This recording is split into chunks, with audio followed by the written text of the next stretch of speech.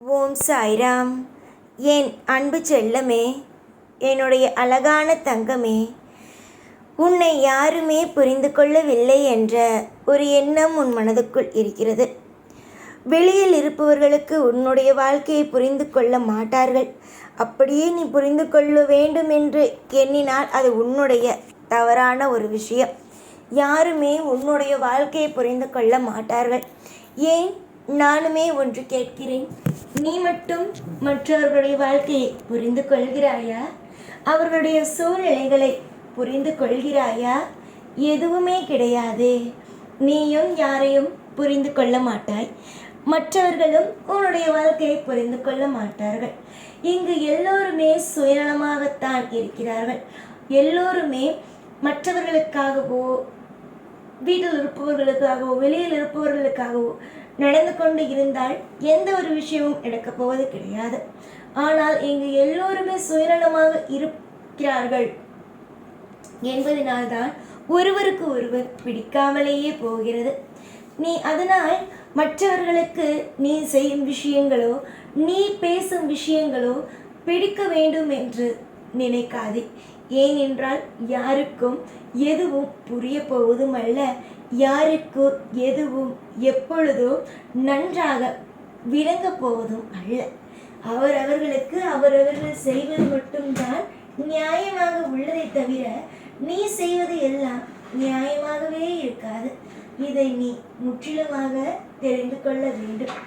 காலம் முழுக்க கவலைகள், காலம் முழுக்க கண்ணீர்கள், இதுதான் உன்னுடைய வாழ்க்கையில் நீ இப்பொழுது சுமந்து கொண்டு இருக்கும் விஷயங்களே. உன்னுடைய வாழ்க்கையில் எல்லா நாளும் இப்படியே இருக்குமா என்று கேட்டால் அல்ல. இப்பொழுது உன்னுடைய வாழ்க்கையை சில புரிந்து கொள்ளாமல் உன்னை ஏளனமாகவோ இல்லை எப்பொழுதும் எல்லா நிமிஷத்திலேயும் எல்லா பொழுதிலேயும் கசப்பாக வார்த்தைகளை விட்டு உங்களை மனதை காயப்படுத்தலாம். ஆனால் இன்னும் கொஞ்ச நாள், இத்தனை நாள் பொறுத்து விட்டாய். உன்னுடைய வாழ்க்கையில் எத்தனையோ ஆண்டுகள், சொல்ல போனால் அதிகமான ஆண்டுகள் பொறுத்து விட்டாய். இன்னும் சில நாட்கள் நீ பொறுக்க மாட்டாயா? நீ எப்பொழுதுமே நல்ல பிள்ளைதான். உன்னை யாருமே எப்பொழுதும் எந்த குறையையும் சொல்ல முடியாது. நம்பிக்கையோடு இருந்தாலே போதுமே. இப்பொழுது இந்த சாய் ஆகிய நான் உனக்கு ஒரு விஷயத்தை சொல்கிறேன். அம்மா, நான் சொல்வது போலவே செய், நான் சொல்வது போலவே இரு என்று. ஆனால் நீ ஒற்றுக்கொள்வாயா? இல்லை இல்லை, எனக்கு பிடித்தது போலத்தான் சாய் இருக்க வேண்டும், எனக்கு பிடித்தது போலத்தான் சாய் ஒவ்வொன்றையும் சொல்ல வேண்டும் தான் என்று சொல்வார். ஆனால் கடைசியில் நான் சொல்வதுதான் நீ ஏற்றுக்கொள்வாய். ஆனால் இப்பொழுது நீ என்ன சொல்வாய்? முதலில் இல்லை இல்லை, சாய் சொல்வது எனக்கு பிடிக்கவில்லை, சாய் என்ன நீங்கள் எனக்கு பிடித்தது போலவே ஒவ்வொரு விஷயத்தையும் செய்யுங்கள் என்பார். எப்பொழுதுமே எல்லாரும் அவரவர்களுடைய சுயநலத்தை தான் பார்க்கிறார்கள். ஆனால் அதே மாதிரிதான் இவர்கள் என்னை புரிந்து கொள்ள வேண்டும், அவர்கள் என்னை புரிந்து கொள்ள வேண்டும் என்பதெல்லாம் நினைக்கவே நினைக்காதே. யாரும் உன்னை புரிந்து கொள்ள மாட்டார்கள்.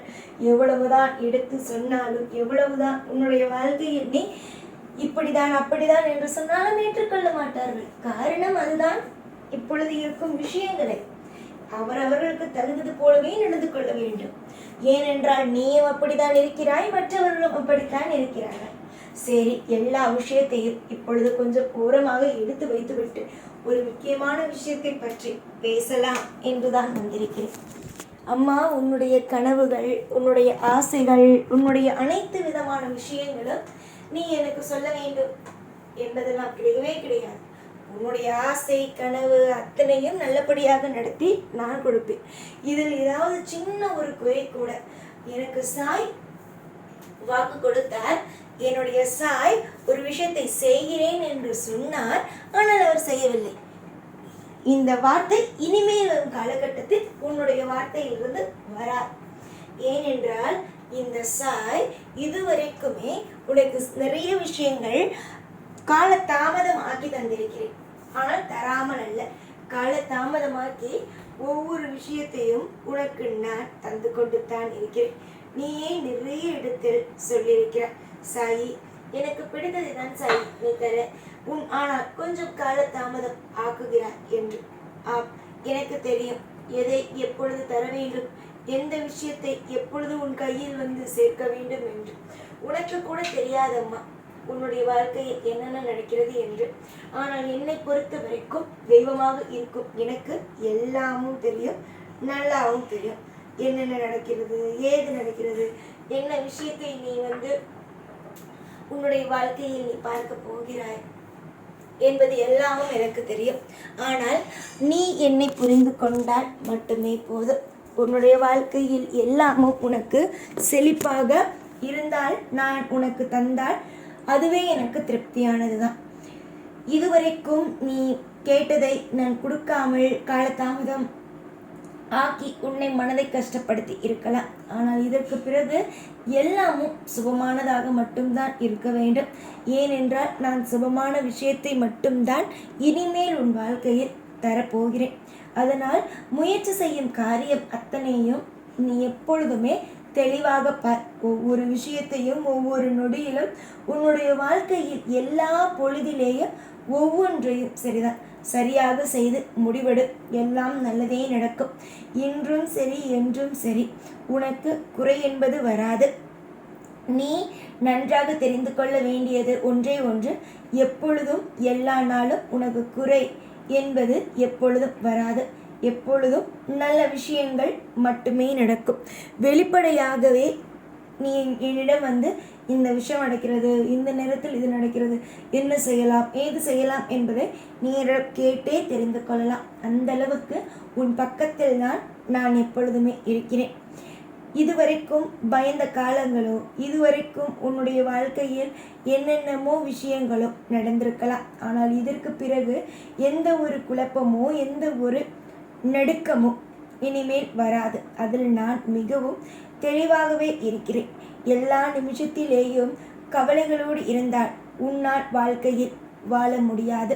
அதனால் கவலைகள் இல்லாமல் நிம்மதியாக இருந்தால் நல்லதே நடக்கும். சகலத்தையும் கொடுப்பதற்கு நான் இங்கு இருக்கிறேன். ஆனால் என்ன கொஞ்ச கால தாமதம் ஆகிக்கொண்டே இருக்கிறது. சீக்கிரமாகவே எல்லாரும் வியக்கும் வகையில் உன் வாழ்க்கையில் நீ எப்படி வாழ வேண்டும் என்று நினைத்தாயோ அந்த மாதிரியான வாழ்க்கையை வாழ்வாய்.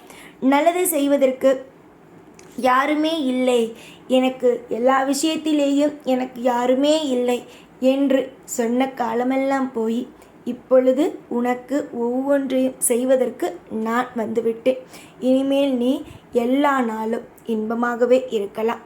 எப்பொழுதும் எல்லா நாளும் உன் கூடவே இருந்து உன்னை வாழ வைப்பேன். இந்த சாய்நாதன். ஓம் சாய்ராம்.